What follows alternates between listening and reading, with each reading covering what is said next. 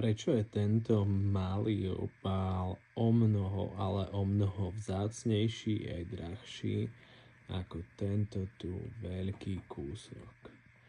Ten opál napravo pochádza z prvých opálových baní na svete.